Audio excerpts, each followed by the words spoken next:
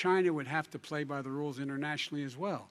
When I met with Xi, when I was still vice president, he said we're setting up air identification zones in the South China Sea. You can't fly through them.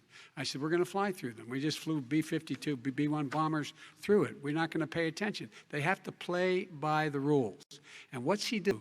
He embraces guys like thugs like in North Korea and the Chinese president and Putin and others, and he pokes his finger in the eye of all of our friends, all of our allies.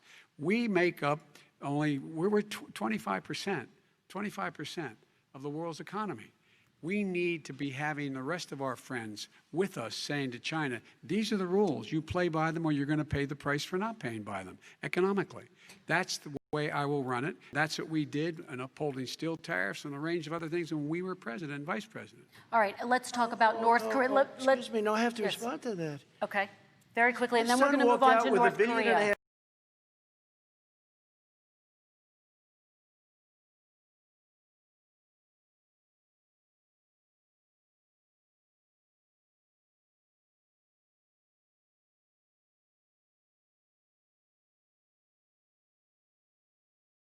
$1.5 from China Not after true. spending 10 minutes in office and being in Air Force Two, number one. Number two, there's a very strong email talking about your family wanting to make $10 million a year for introductions. President Trump, on China policy, though, what No, but wait a specifically are minute. you going to do? What specifically are you going to do to make China pay? You've said you're going First to of make all, them pay. China is paying. They're paying billions and billions of dollars. I just gave New $28 billion. sanctions? New sanctions? I just gave $28 billion to our farmers. Taxpayers' China, money. It's what? Taxpayers' money. Didn't come from Yeah, China. you know who the taxpayer is? It's called China. China paid true. $28 billion, and you know what they did to pay it, Joe? They devalued their currency, and they also paid up. And you know who got the money? Our farmers, our great farmers, because they were targeted. You never charged them anything. Also, I charged them 25% on dumped steel because they were killing our steel industry. We were not going to have a steel industry. Okay. And now we have a steel industry. Okay, Vice President Biden, your response, please. Our response is, look, this isn't about, there's a reason why he's bringing up all this malarkey. There's a reason for it. He doesn't want to talk about the substantive issues. It's not about his family and my family. It's about your family. And your family's hurting badly. If you're making if you're a middle-class family, you're getting hurt badly right now. You're sitting at the kitchen table this morning deciding, well, we can't get new tires, they're bald because we have to wait another month or so. Or are we going to be able to pay the mortgage? Or who's going to tell her she can't go back to community college? They're the decisions you're making in the middle-class families like I grew up in Scranton and Claymont. They're in trouble. We should be talking about your families, but that's the last thing he wants to talk about. I want to talk about North Korea. Excuse me, just I do for want 1 to turn second, to please. 10 seconds, Mr. President. That's 10 a seconds. typical political statement. Let's get off this China thing, and then he looks, the family, around the table, everything. Just a typical politician when I see that. Let's talk about I'm not North a typical Korea now. politician. Okay, That's why I President got elected. Let's get off the subject of China. Let's talk sitting around the table. All right. Come on, Joe, you can do better. We're going to talk about North Korea now. President Trump, you've met with North Korean leader Kim Jong-un 3 times. You've talked about your beautiful letters with him. You've touted the fact that there hasn't been a war or a long-range missile test, and yet North Korea recently rolled out its biggest ever intercontinental ballistic missile and continues to develop its nuclear arsenal. Do you see that as a betrayal of the relationship you forged? Just 30 seconds here because we need to get on to the next. So when I met with Barack Obama, we sat in the White House right at the beginning, had a great conversation. It was supposed to be 15 minutes, and it was well over an hour. He said the biggest problem we have with North Korea. He indicated we will be in a war with North Korea. Guess what? It would be a nuclear war, and he does have plenty of nuclear capability. In the meantime, I have a very good relationship with him. Different kind of a guy, but he probably thinks the same thing of me. We have a different kind of relationship. We have a very good relationship, and there's no war. And you know, about 2 months ago, he broke into a certain area. They said, oh, there's going to be trouble. I said, no, they're not, because he's not going to do that. And I was right. Look, instead of being in a war where millions of people, Seoul, you know, is 25 miles away, millions and millions, 32 million people in Seoul, millions of people would be dead right now. President We Trump don't have has war, 30 and I have a seconds. good Thank relationship. you. Vice President Biden, to you. North Korea conducted 4 nuclear tests under the Obama administration. Why do you think you would be able to rein in this persistent threat? Because I'd make it clear, which we were making clear to China, they had to be part of the deal because I made it clear, and as a spokesperson of the administration when I went to China, that they said, why are you moving your missile defense up so close? Why are you moving more forces here? Why are you continuing to do military maneuvers with South Korea? I said, because North Korea is a problem, and we're going to continue to do it so we can control them. We're going to make sure we can control them and make sure they cannot hurt us. And so if you want to do something about it, step up and help. If not, it's going to continue. What has he done? He's legitimized North Korea. He's talked about his good buddy, who's a thug, and he talks about how we're better off. And they have much more capable missiles, able to reach U.S. territory much more easily than ever did before. Let me follow up with you, Vice President Biden. You've said you wouldn't meet with Kim Jong-un without preconditions. Are there any conditions under which you would meet with him? On the condition that he would agree that he would be drawing down his nuclear capacity to get the Korean Peninsula should be nuclear-free zone. All right, let's move on to American families. Kristen, they tried Very to quickly, meet with 10 him. seconds, They President. tried to meet with him. He wouldn't do it. He didn't like Obama. He didn't like him. He wouldn't do it. Okay, I know gotta for give him a fact, they chance to tried. respond to that He before we wouldn't move do on. it. You And know, that's okay. You know what? North Korea, we're not in a war. We have a good relationship. You know, people don't understand. Having a good President relationship Trump, with we have leaders to of move other on because countries we have is a lot a of good thing. we have a lot of questions to get Yes, to. not That's a Your bad like response. saying we had a good relationship with Hitler before he, in fact, invaded Europe, the rest of Europe. Come on. The reason he would not meet with President Obama is because President Obama said, we're going to talk about denuclearization. We're not going to legitimize you, and we're going to continue to put stronger and stronger sanctions on you. That's why he wouldn't meet with us. All right, And let's it didn't move happen. on. Let's Excuse move on me. and talk He about left American me a families. mess, Kristen. President Trump, okay, we do They need to left move on. me a mess. North Korea was a mess. We And need in to fact, move if on you so that remember we the can get first to all 2 or of 3 our months, questions tonight, there was a President very Trump. dangerous period in my first 3 months before we sort of worked things out a little bit. Okay. There was a they left us a mess. And Obama would be, I think, the first to say it was the single biggest problem he thought that our country had. Okay, let's move on to American families and the economy. One of the issues that's most important to them is health care, as you both know. Today, there was a key vote on a new Supreme Court Justice, Amy Coney Barrett, and health care is at the center of her confirmation fight. Over 20 million Americans get their health insurance through the Affordable Care Act. It's headed to the Supreme Court, and your administration, Mr. President, is advocating for the court to overturn it. If the Supreme Court does overturn that law, those 20 million Americans could lose their health insurance almost overnight. So what would you do if those people have their health insurance taken away? You have 2 minutes uninterrupted. Sure. First of all, I've already done something that nobody thought was possible. Through the legislature, I terminated the individual mandate. That is the worst part of Obamacare, as we call it. The individual mandate where you have to pay a fortune for the privilege of not having to pay for bad health insurance. I terminated. It's gone. Now it's in court because Obamacare is no good. But then I made a decision. Run it as well as you can to my people, great people. Run it as well as you can. I could have gone the other route and made everybody very unhappy. They ran it. Premiums are down. Everything's down. Here's the problem. No matter how well you run it, it's no good. What we'd like to do is terminate it. We have the individual mandate done. I don't know that it's going to work. If we don't win, we will have to run it, and we'll have Obamacare, but it'll be better run. But it no longer is Obamacare, because without the individual mandate, it's much different. Pre-existing conditions will always stay. What I would like to do is a much better health care, much better, will always protect people with pre-existing. So I'd like to terminate Obamacare, come up with a brand new, beautiful health care. The Democrats will do it because there'll be tremendous pressure on them, and we might even have the House by that time, and I think we're going to win the House, okay? You'll see, but I think we're going to win the House. But come up with a better health care, always protecting people with pre-existing conditions. And one thing very important, we have 180 million people out there that have great private health care. Far more than we're talking about with Obamacare. Joe Biden is going to terminate all of those policies. These are people that love their health care, people that have been successful, middle-income people, been successful. They have 180 million plans, 180 million people, families, under what he wants to do, which will basically be socialized medicine. He won't even have a choice. They want to terminate 180 million plans. We have done an incredible job on health care. And we're going to do even better.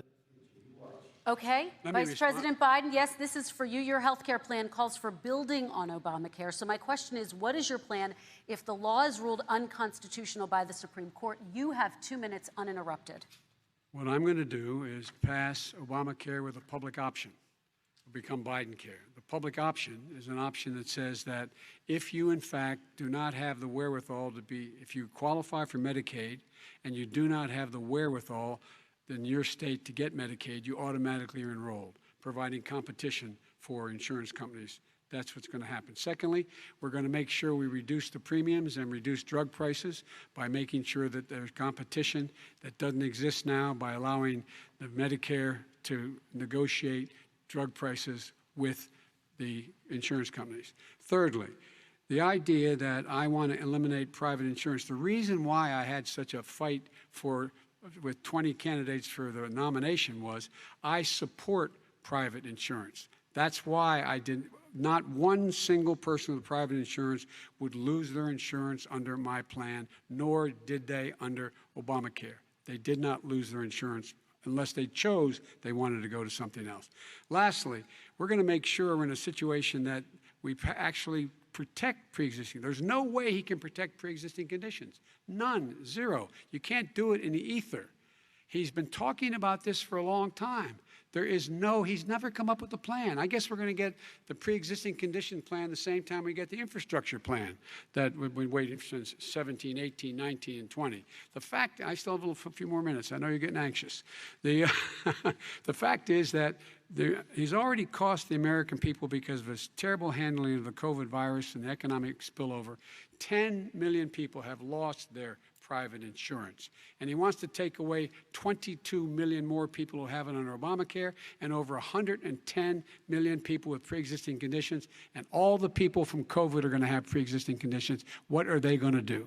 I have a follow-up for you, Vice President Biden. It relates to something that President Trump said. He's accusing you of wanting socialized medicine. What do you say to people who have concerns that your health care plan, which includes a government insurance option, takes the country one step closer to a health care system run entirely by the government? What's your response I say to it's them? ridiculous. It's like saying that,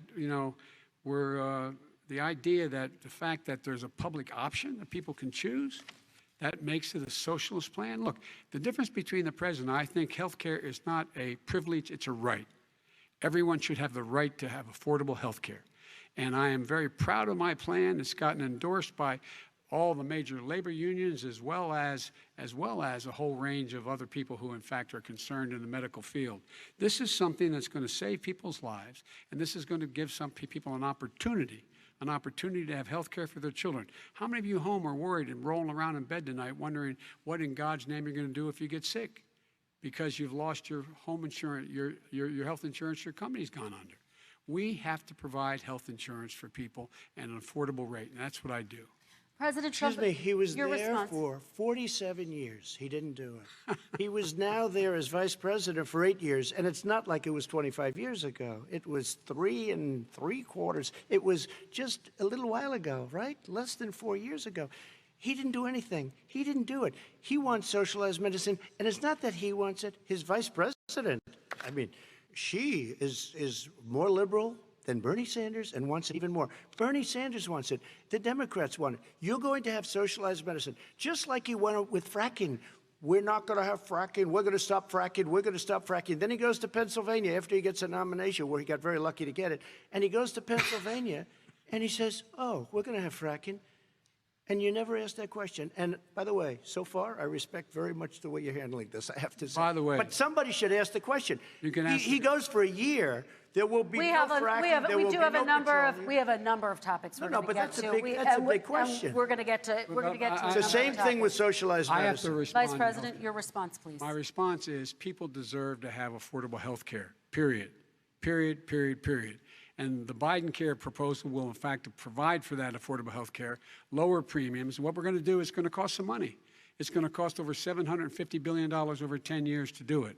And they're going to have lower premiums. You can buy into the better plans, the cheaper plans, lower your premiums, deal with unexpected billing, and have your drug prices dropped significantly. He keeps talking about it. He hasn't done a thing for anybody on health care. Not a thing. Kristen, when Very he quickly, says, then I want to talk when about he what's says happening on public Capitol option, Hill. he's talking about socialized medicine, and when he and healthcare. When he talks about a public option, he's talking about destroying your Medicare, totally Wrong. destroyed, and destroying your Social Security, and this whole country will come down. You know, Bernie Sanders tried it in his state. He tried it in his state. His governor was a very liberal governor. They wanted to make it work. Okay, It let's was let Vice President impossible Biden to work. respond. It doesn't Vice work. President He's Biden, a very your response. confused guy. He thinks he's running against somebody else. He's running against Joe Biden. I beat all those other people because I disagreed with them. Joe Biden he's running against. And the idea that we're in a situation that they're going to destroy Medicare, this is the guy that the actuary at Medicare said, if in fact, at Social Security, if in fact he continues to withhold his plan to withhold the tax on Social Security will be bankrupt by 2023 with no way to make up for it. This is the guy who's tried to cut Medicare. So no, I mean, the idea that Donald Trump is lecturing me on Social Security and Medicare? Come on. He tried to get 10 rid of seconds, He Mr. tried to hurt President, and then I Social have to go to Security another years question. ago. Years ago. Go back and look at the records. He tried to hurt Social Security years ago. All One right, thing, let's move but on. this I'm is going to the move guy on. that when they announced Mr. President, I have last to move week, on to the next question. They said or the else stock we're not market going to have will time boom to talk about it. if I'm elected. If he's elected, the stock market will crash. Okay, let's biggest move on to the analysts are next saying question. Let me respond. Very quickly. Look, the idea that the stock market is booming is his only measure of what's happening. Where I come from in Scranton and Claymont, the people don't live off of the stock market. Just in the last three years during this crisis, the billionaires in this country made, according to the Wall Street, $700 billion more dollars. $700 billion more dollars, because that's his only measure. What happens to the ordinary people out there? What happens to them? Let's talk about what's happening on Capitol Hill. We're going to move on, 401ks are through the roof. We're gonna People's move on. stock are through the roof. All And right. he doesn't come from Scranton. That's like he lived there for a short period of gonna- time before he okay, even knew we're it. gonna move on to and the he next left. question. And the people of Pennsylvania Let me will move show on you to my that. next question, They gentlemen. understand. As of tonight, more than 12 million people are out of work. And as of tonight, 8 million more Americans have fallen into poverty, and more families are going hungry every day. Those hit hardest are women and people of color. They see Washington fighting over a relief bill. Mr. President, why haven't you been able to get them the help they need? 30 seconds here. Because Nancy Pelosi doesn't want to approve it. I do. But you're the president. I do, but I still have to get. Unfortunately, that's one of the reasons I think we're going to take over the House, because of her. Nancy Pelosi doesn't want to approve anything because she'd love to have some victories on a date called November 3rd. Nancy Pelosi does not want to approve it. We are ready, willing, and able to do something. Don't forget, we've already approved 3 plans, and it's gone through, including the Democrats, in all fairness. This one she doesn't want. It's near the election because she thinks it helps her politically. I think it hurts her politically. All right, Mr. Vice President, You know, the Republican leader in the United States Senate said he can't pass it. He will not be able to pass it. He does not have Republican votes. Why isn't he talking to his Republican friends? let me follow up with you, Vice President we made a Biden, deal, the because Republicans let me will ask pass Vice it. President Biden a question. You are the leader of the Democratic Party. Why have you not pushed the Democrats to get a deal for the American people? Well, I have, and they have pushed it. Look, they passed this act all the way back in the beginning of the summer. This is like it's not new. It's been out there. This HEROES Act has been sitting there. And look at what's happening. When I was in charge of the Recovery Act with $800 billion, I was able to get $145 billion to local communities that have to balance their budgets and states that have to balance their budgets, so they didn't have to fire firefighters, teachers, first responders, law enforcement officers, so they could keep their cities and counties running. He will not support that. They have not done a thing for them. And Mitch McConnell said, let them go bankrupt. Let them go bankrupt. Come on. What's the matter with The these bill that was guys? passed in the House was a bailout of badly run, high-crime, Democrat, all run by Democrats, cities and states.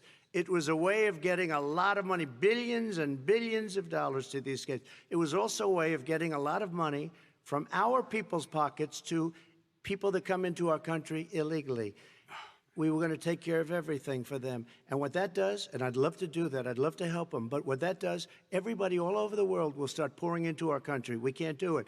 This was a way of taking care of them. This was a way of spending on things that had nothing to do with COVID, as per your question. But it was really a big bailout for badly run Democrat cities and states. All By right, the I way, want if to. I get elected, I'm running as a proud Democrat, but I'm going to be an American president. I don't see red states and blue states. What I see is American, United States. And folks, every single state out there finds themselves in trouble. They're going to start laying off, whether they're red or blue, cops, firefighters, first responders, because teachers, because they have to balance their budget. And the founders were smart. They allowed the federal government to deficit spend to compensate for the United States of America. I want to talk about the minimum wage, gentlemen. Mr. Vice President, we are talking a lot about struggling small businesses and business owners these days. Do you think this is the right time to ask them to raise the minimum wage? You, of course, support a $15 federal minimum wage. I do, because I think one of the things we're going to have to do is we're going to have to bail them out, too. We should be bailing them out now, those small businesses. You got 1 in 6 of them going under. They're not going to be able to make it back. They passed a package that allows us to be able to call PPP. Money is supposed to go to help them do everything from organize how they can deal with their businesses being open safely. Schools, how they can make classrooms smaller, how they can hire more teachers, how they can put ventilation systems in. They need the help. The businesses as well as the schools need the help. But these guys will not help them. Is not giving them any of the money. We are going to move on to Excuse me, immigration, one thing very but I quickly. want He to get said we your have to help our reaction. small businesses by raising the minimum wage. That's not helping. I think it should be a state option. Alabama is different than New York. New York is different from Vermont. Every state is different. It should be a state option. You said very we have recently- to help. It's very important. We have to help our small businesses.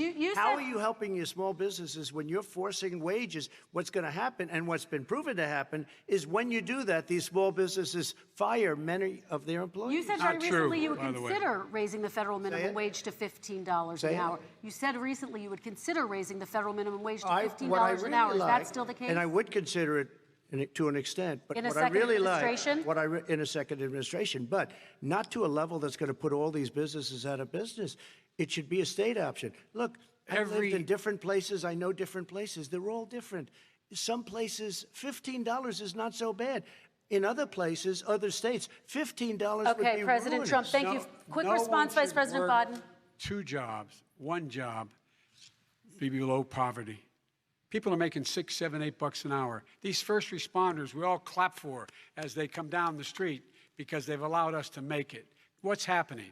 They deserve a minimum wage of $15. Anything below that puts you below the poverty level. And there is no evidence that when you raise the minimum wage, businesses go out of business. That is simply not true. We're going to It's talk an about old saw. immigration. We're going to talk about immigration now, gentlemen, and we're going to talk about families within this context. Mr. President, your administration separated children from their parents at the border, at least 4,000 kids.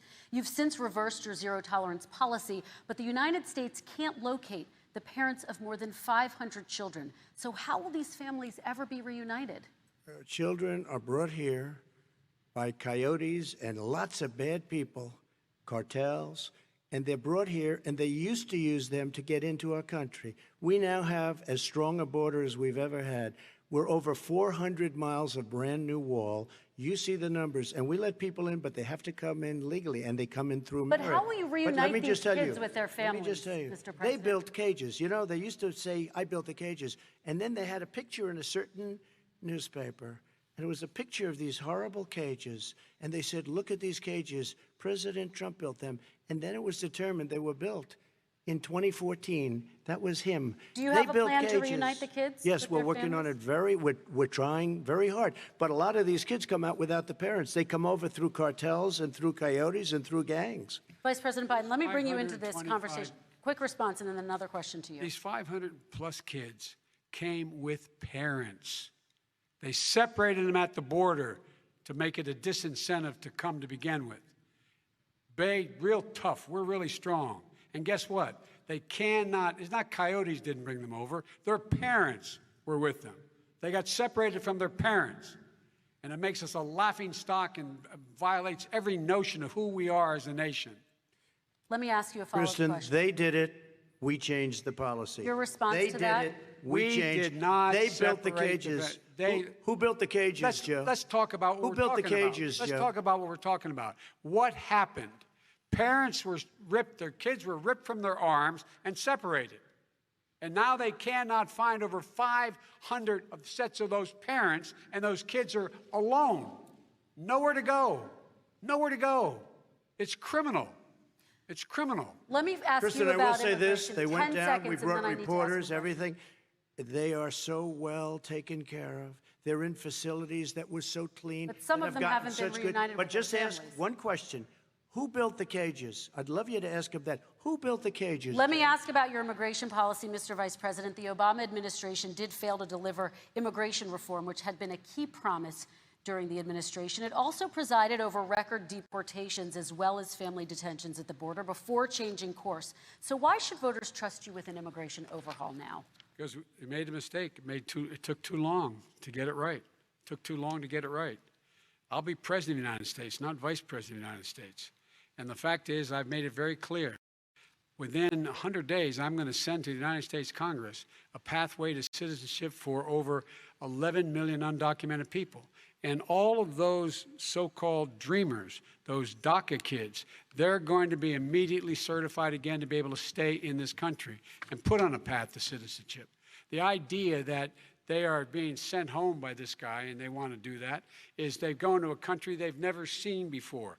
I can imagine you're 5 years old, your parents are taking you across the Rio Grande River, and it's illegal. And you say, oh, no, Mom, leave me here. I'm not going to go with you. They've been here. Many of them are model citizens. Over 20,000 of them are first responders out there taking care of people during this crisis. We owe them.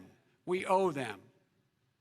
President Kristen, Trump, he your had reaction. 8 years to do what he said he was going to do. And I've We changed did. without having a specific. We got rid of catch and release. We got rid of a lot of horrible things that they put in and that they lived with. But he had 8 years he was vice president. He did nothing except build cages to keep children in. Vice President Wrong. Biden, your response. The catch and release, you know what he's talking about there? If in fact you had a family came across and they were arrested, they in fact were given a date to show up for their hearing. They were released. And guess what? They showed up for a hearing. And this is the first president in the history of the United States of America that anybody seeking asylum has to do it in another country. That's never happened before in America. That's never happened before in America. You come to the United States and you make your case that I seek asylum based on the following premise, why I deserve it under American law. They're sitting in squalor on the other side of the river. President Trump, your response, So 30 important. seconds, and then we'll move It on. just shows that he has no understanding of immigration or the laws. Catch and release is a disaster. A murderer would come in, a rapist would come in, a very bad person would come in. We would take their name. We have to release them into our country. And then you say they come back. Less than 1% of the people come back. We have to send ICE out and Border Patrol out to find them. We would say, come back in 2 years, 3 years. We're going to give you a court case. You need Perry Mason. We're going to give you a court case. When you say they come back, they don't come back, Joe. They never come back. Only the really, I hate to say this, but those with the lowest IQ, they might come back. Okay, But they're President very, Trump, let's very give few. Vice President Biden a chance to respond, and then we're going to move on to the You next don't know section. the law, Joe. Vice President Biden, your response. Know the law, what he's telling you is simply not true. Well, check it out. They don't come back. Check it out. All right, let's move on But we don't have to the worry next about it because they section. terminated it, so we don't have to worry about Let's it move anymore. on to the next And you have section. 525 kids not knowing where in God's name they're going to be and lost their parents. Go ahead. All right, let's talk about our next section, which is race in America. And I want to talk about the way Black and brown Americans experience race in this country. Part of that experience is something called the talk. It happens regardless of class and income. Parents who feel they have no choice but to prepare their children for the chance that they could be targeted, including by the police, for no reason other than the color of their skin. Mr. Vice President, in the next 2 minutes, I want you to speak directly to these families. Do you understand why these parents fear for their children? I do. I do. You know, my daughter is a social worker, and written a lot about this. Has a graduate degree from the University of Pennsylvania in social work. And you know, one of the reasons why I ended up working on the east side of Wilmington, Delaware, which is 90% African American, was to learn more about what was going on. I never had to tell my daughter, if she's pulled over, make sure she puts, for a traffic stop, put both hands on top of the wheel and don't reach for the glove box because someone may shoot you. But a black parent, no matter how wealthy or how poor they are, has to teach their child, when you're walking down the street, don't have a hoodie on when you go across the street. Making sure that you, in fact, if you get pulled over, just yes, sir, no, sir, hands on top of the wheel, because you are, in fact, the victim, whether you're a person making child of a $300,000 a year person or someone who's on food stamps. The fact of the matter is, there is institutional racism in America. And we have always said, we've never lived up to it, that we hold these truths to be self-evident. All men and women are created equal. Well, guess what? We have never, ever lived up to it, but we've always constantly been moving the needle further and further to inclusion, not exclusion. This is the first president to come along and says, that's the end of that. We're not going to do that anymore. We have to provide for economic opportunity, better education, better health care, better access to schooling, better access to opportunity to borrow money to start businesses. All the things we can do, and I've laid out a clear plan as to how to do those things, just to give people a shot. It's about accumulating the ability to have wealth as well as it is to be free from violence. President Trump, same question to you, and let me remind you of the question. I would like you to speak directly to these families. Do you understand why these parents fear for their children? Yes, I do. And again, he's been in government 47 years. He never did a thing except in 1994 when he did such harm to the black community. And they were called, and he called them super predators. And he said that. He said it, super predators. And they have never lived that down. 1994, your crime bill, the super predators. Nobody has done more for the black community than Donald Trump.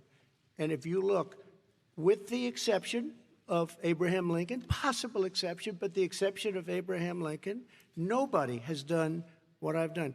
Criminal justice reform, Obama and Joe didn't do it. I don't even think they tried because they had no chance at doing it. They might have wanted to do it, but if you had to see the arms I had to twist to get that done, it was not a pretty picture, and everybody knows it, including some very liberal people that cried in my office. They cried in the Oval Office. 2 weeks later, they're out saying, gee, we have to defeat him. Criminal justice reform, prison reform, opportunity zones with Tim Scott, a great senator from South Carolina.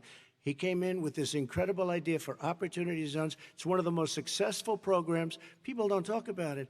Tremendous investment is being made. Biggest beneficiary, the black and Hispanic communities, and then historically black colleges and universities. After 3 years of coming to the office, I love some of those guys. They were great. They came into the office and they said, I said, what are you doing? After 3 years, I said, why do you keep coming back? Because we have no funding. I said, you don't have to come back every year. We have to come back because President Obama would never give them long-term funding, and I did. 10-year long-term funding, and I gave them more money than they asked for because they said, I think you need more. And I said, the only bad part about this is I may never see you again because I got very friendly with them, and they like me and I like them. But I saved historically black colleges and universities. Okay, and we're going to talk about both of your records, but your response to that, Vice President? My response to that is I never, ever said what he accused me of saying. The fact of the matter is, in 2000, though, after the crime bill had been in the law for a while, this is a guy who said, the problem with the crime bill, there's not enough people in jail. There's not enough people in jail. And go on my website, get the quote, the date when he said it. Not enough people. He talked about marauding gangs, young gangs, and the people who are going to maraud our cities. This is a guy who in the Central Park five innocent black kids, he continued to push for making sure that they got the death penalty. None of them were guilty of the crimes they were suggested. Look, and talk about granted, he did in fact let 20 people, he commuted 20 people's sentences. We commuted over 1,000 people's sentences. Over 1,000. The very law he's talking about is a law that, in fact, initiated by Barack Obama. And secondly, we're in a situation here where the federal prison system was reduced by 38,000 people under our administration. And one of these things we should be doing, there should be no minimum mandatories in the law. That's why I'm offering $20 billion to states to change their state laws to eliminate minimum mandatories and set up drug courts. No one should be going to jail because they have a drug problem. They should be going to rehabilitation, not to jail. We should fundamentally change the system, and that's what I'm going to do. But why didn't he do it 4 years ago? Why didn't you do that 4 years ago, even less than that? Why didn't you do it? You were vice president. You keep talking about all these things you're going to do, and you're going to do this. But you were there just a short time ago, and you guys did nothing. We did. You know, Joe, I ran because of you. I ran because of Barack Obama, because you did a poor job. If I thought you did a good job, I would have never run. I would have never run. I ran because of you. I'm looking at you now. You're a politician. I ran because of you. All right, Vice President Biden, your response to that, and then I do have some questions for both of you. Well, I tell you what, I hope he does look at me, because what's happening here is, you know who I am, you know who he is, you know his character, you know my character, you know our reputations for honor and telling the truth. I am anxious to have this race. I am anxious to see this take place. The character of the country is on the ballot. Our character is on the ballot. Look at us closely. Let me ask some follow-up. Please respond, and then we're going to have follow-up questions. If this stuff is true about Russia, Ukraine, China, other countries, Iraq, if this is true, then he's a corrupt politician. All right. So don't give me the stuff about how you're this innocent baby. Joe, they're calling you a corrupt politician. Nobody's President Trump, I want to stay on the issue of race. We're talking about the issue. Laptop from hell. President Trump, we're talking about race right now, and I do want to stay on the issue of race. President Trump, and I have to respond to that. Please, because look, very quickly. There are 50 former national intelligence folks who said that what he's accusing me of is a Russian plant. They have said that this has all the five former heads of the CIA, both parties, say what he's saying is a bunch of garbage. Nobody believes it except his and his good friend Rudy Giuliani. You mean the laptop is now another Russia hoax? And that's exactly what. Is this that's where you're exactly going? what. This is where he's going. The laptop is Russia, Gentlemen, Russia. I want to stay on the issue of race. You have to be kidding. Here we go again with Russia. We're going to continue on the issue of race. Mr. President, you've described the Black Lives Matter movement as a symbol of hate. You've shared a video of a man chanting white power to millions of your supporters. You've said that black professional athletes exercising their First Amendment rights should be fired. What do you say to Americans who say that kind of language from a president is contributing to a climate of hate and racial strife? Well, you have to understand, the first time I ever heard of Black Lives Matter, they were chanting pigs in a blanket, talking about police. Pigs, talking about our police. Pigs in a blanket, fry them like bacon. I said, that's a horrible thing. And they were marching down the street. And that was my first glimpse of Black Lives Matter. I thought it was a terrible thing. As far as my relationships with all people, I think I have great relationships with all people. I am the least racist person in this room. Well, what do you say to Americans who are concerned by that rhetoric? I don't know. I don't know what to say. I got criminal justice reform done and prison reform and opportunity zones. I took care of black colleges and universities. I don't know what to say. They can say anything. I mean, they can say anything. It makes me sad because I am the least racist person. I can't even see the audience because it's so dark. But I don't care who's in the audience. I'm the least racist person in this room. Okay. Vice President Biden, let me ask you very quickly, and then I have a follow-up question for you. Abraham Lincoln here is one of the most racist presidents we've had in modern history. He pours fuel on every single racist fire. Every single one. He started off his campaign coming down the escalator saying he's going to get rid of those Mexican rapists. He's banned Muslims because they're Muslims. He has moved around and made everything worse across the board. He says about the poor boys, last time we were on stage here, he said, I told them to stand down and stand ready. Come on. This guy is a dog whistle about as big as a foghorn. President Trump, I'm going to give you 10 seconds to respond, and then I have a No, follow-up question. he made a reference to Abraham Lincoln. Where did that come in? I mean, You said where you're did that- Abraham No, Lincoln. where did that? No. You said- I said not since Abraham Lincoln has anybody done what I've done for the black community. And I'm I didn't saying- say I'm Abraham Lincoln. I said not since Abraham Lincoln has anybody done what I've done for the black community. Now, you have done nothing other than the crime bill, which put Oh, God. tens of thousands of black men, mostly, in jail. All right, let me, You know let me, what? a- let me They ask remember Vice it President because if Biden you look a at what's question. happening with the voting right now, Let me ask they Vice remember President that Biden you treated them about- very, very badly. The- Just the- take a look at what's happening out there. Vice President Biden, let me give you a chance to respond within this context. Crime bills that you supported in the 80s and 90s contributed to the incarceration of tens of thousands of young black men who had small amounts of drugs in their possession. They are sons, they are brothers, they're fathers, they're uncles, whose families are still to this day, some of them suffering the consequences. So speak to those families. Why should they vote for you? One of the things is that in the 80s, we passed 100%, all 100 senators voted for it, a bill on drugs and how to deal with drugs. It was a mistake. I've been trying to change the since then, particularly the portion on cocaine.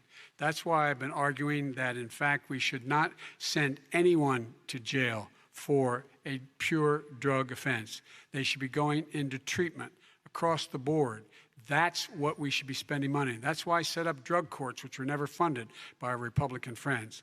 They should not be going to jail for a drug or an alcohol problem. They should be going into treatment. That's what we've been trying to do. That's what I'm going to get done, because I think maybe the American people have now seen that, in fact, it was a mistake to pass those laws relating to drug. But they were not in the crime bill. But Okay, why so- didn't he get it done? See, it's all talk, no action with these politicians. Why didn't he get it done? That's what I'm going to do when I become president. You were vice president along with Obama as your president, your leader, for 8 years. Why didn't you get it done? You had 8 years to get it done. Now you're saying you're going to get it done because you're all talk and no action, Jim. We got a Your lot of it response. done. We released didn't get 38,000. We anything got done. 38,000 prisoners left from the. You got nothing done. 38,000 prisoners were released from federal prison. There were over 1,000 people who were given clemency.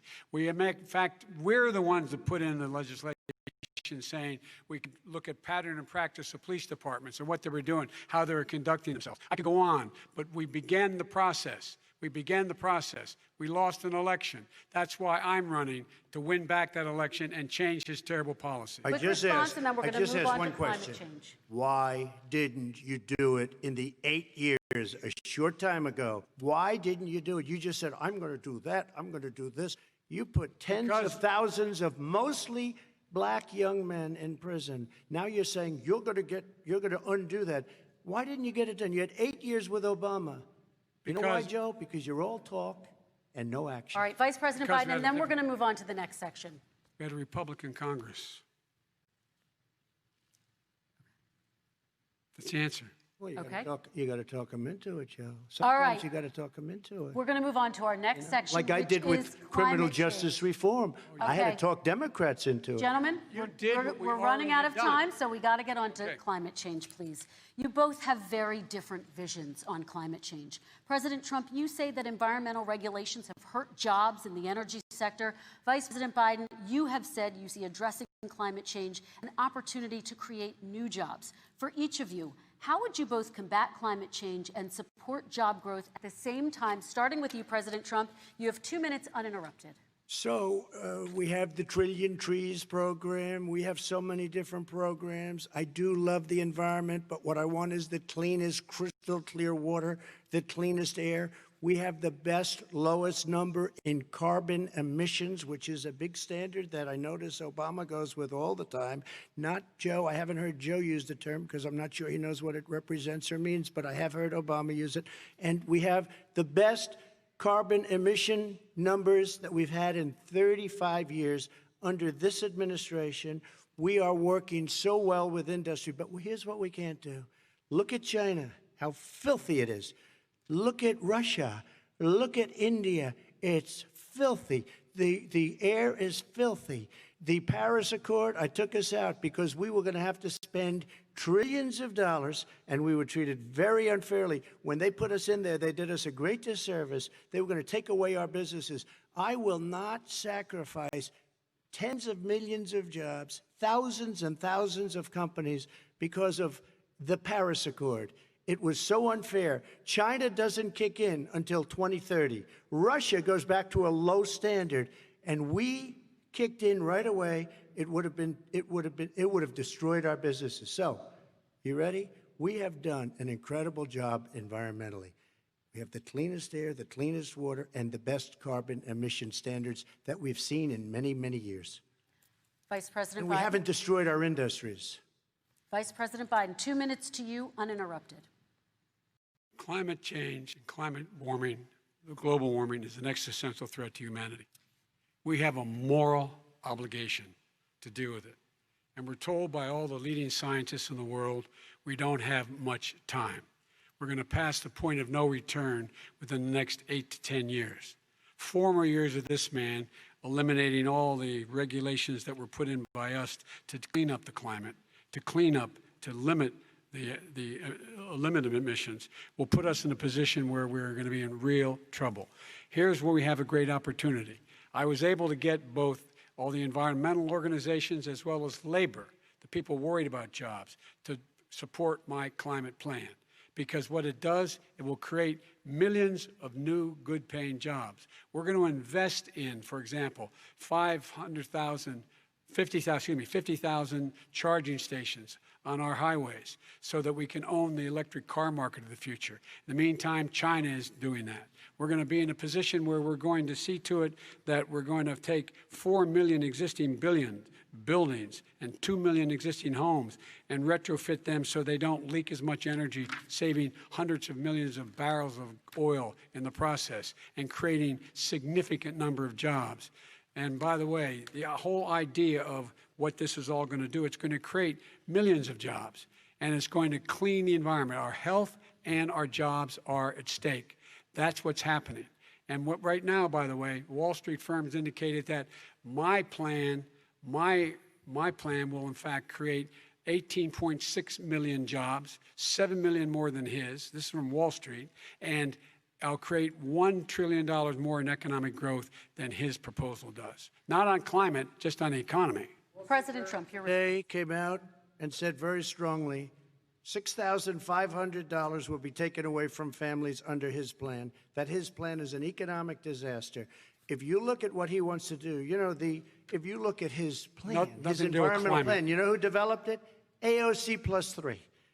They know nothing about the climate. I mean, she's got a good line of stuff, but she knows nothing about the climate. And they're all hopping through hoops for AOC plus 3. Look, their real plan costs $100 trillion. If we had the best year in the history of our country for 100 years, we would not even come close to a number like that. When he says buildings, they want to take buildings down because I want to make bigger windows into smaller windows. As far as they're concerned, if you had no window, it would be a lovely thing. This is the craziest plan that anybody has ever seen. And this wasn't done by smart people. This wasn't done by anybody. Frankly, I don't even know how it can be good politically. Right. They want to spend $100 trillion. That's their real number. He's trying to say it was 6. It's $100 trillion. They want to knock down buildings and build new buildings with little, tiny, small windows. I mean, and many other things. Okay. And many other things. Let me have the Vice President respond, and we're running out of time, and we have a lot more questions to get to. Country. So let's hear from the Vice President. I have a number more questions. I don't know where he comes from. I don't know where he comes up with these numbers. Queens. $100 trillion. Give me a break. This plan is endorsed by every major environmental group and every labor group, every major environmental group and every labor group. Because they know the future lies. The future lies in us being able to breathe, and they know there are good jobs in getting us there. And by the way, the fastest growing industry in America is the solar energy and wind. He thinks wind causes cancer, windmills. It's the fastest growing jobs, and they pay good prevailing wages, 45, 50 bucks an hour. We can grow and we can be cleaner if we go the route I'm proposing. President Trump, Excuse me. please We are respond, and then I have some We are follow-ups. energy independent for the first time. We don't need all of these countries that we had to fight war over because we needed their energy. We are energy independent. I know more about wind than you do. It's extremely expensive, kills all the birds, it's very intermittent, it's got a lot of problems, and they happen to make the windmills in both Germany and China. And the fumes coming up, if you're a believer in carbon emission, the fumes coming up to make these massive windmills is more than anything that we're talking about with natural gas, which is very clean. One other thing. Find me a scientist Solar. that said that. I love solar, but solar doesn't quite have it yet. It's not powerful yet to really run our big, beautiful factories that we need to compete with the world. So False. It's all a pipe dream. But you know what we'll do?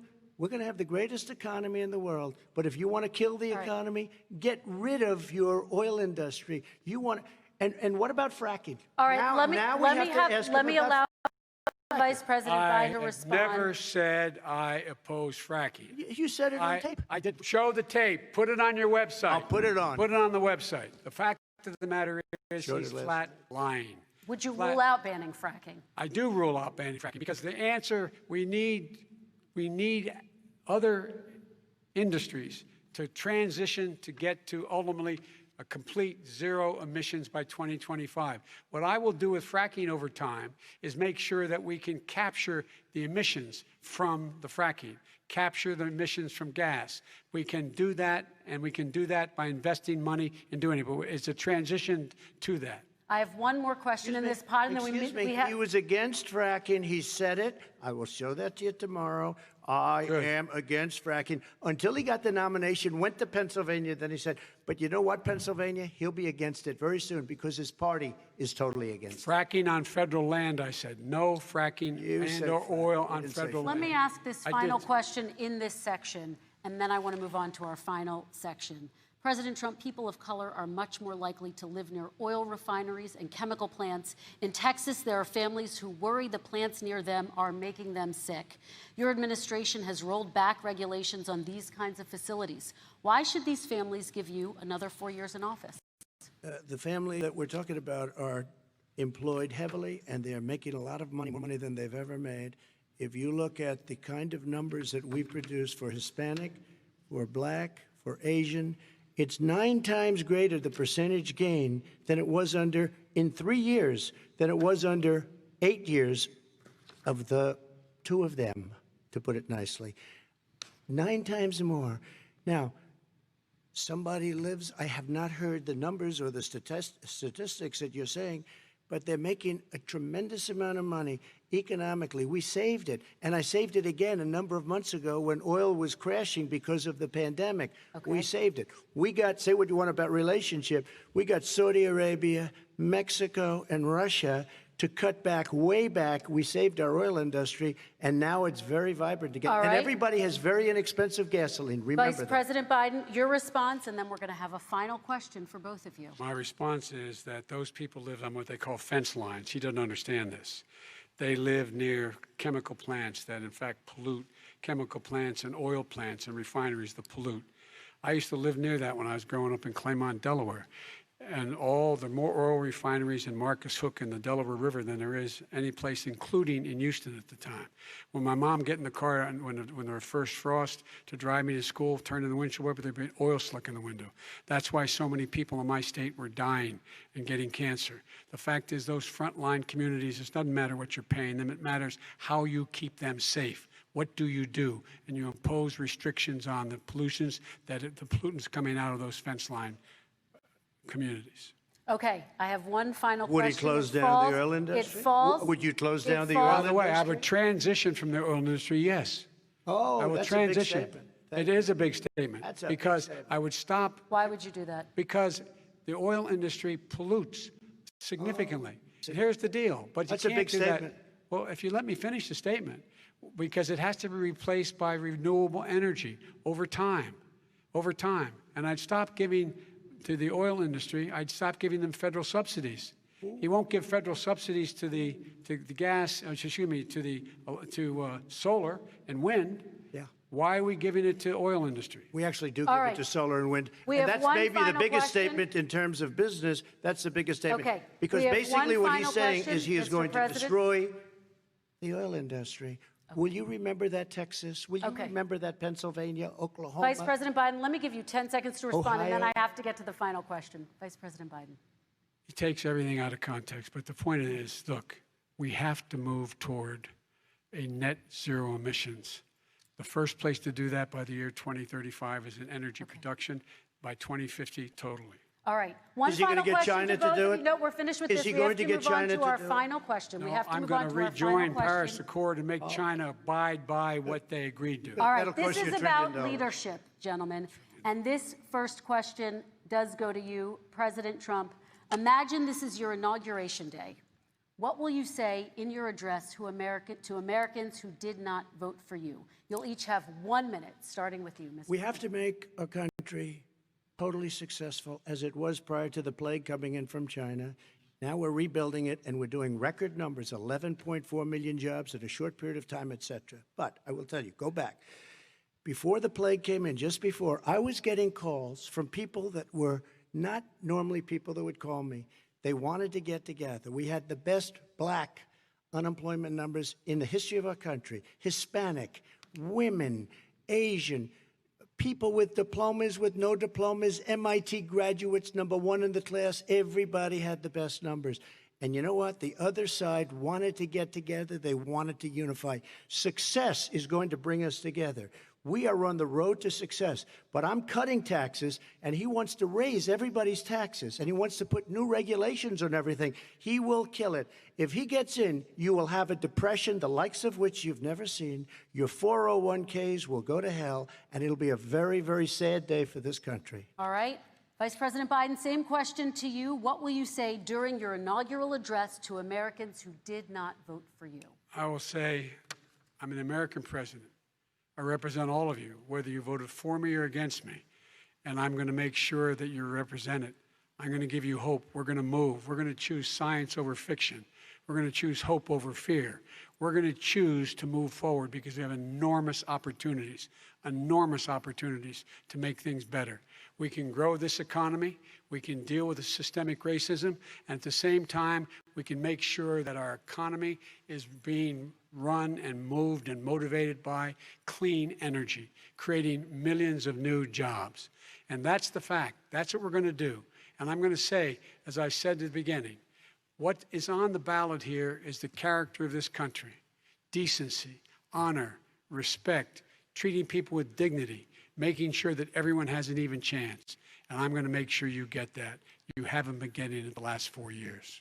All right. I want to thank you both for a very robust hour and a half, a fantastic debate. Really appreciate it. President Trump, former Vice President Joe Biden, thank you to Belmont University for hosting us tonight. And most importantly, thank you to those watching tonight. Election Day is November 3rd. Don't forget to vote. Thank you, everyone, and have a great night. Thank you.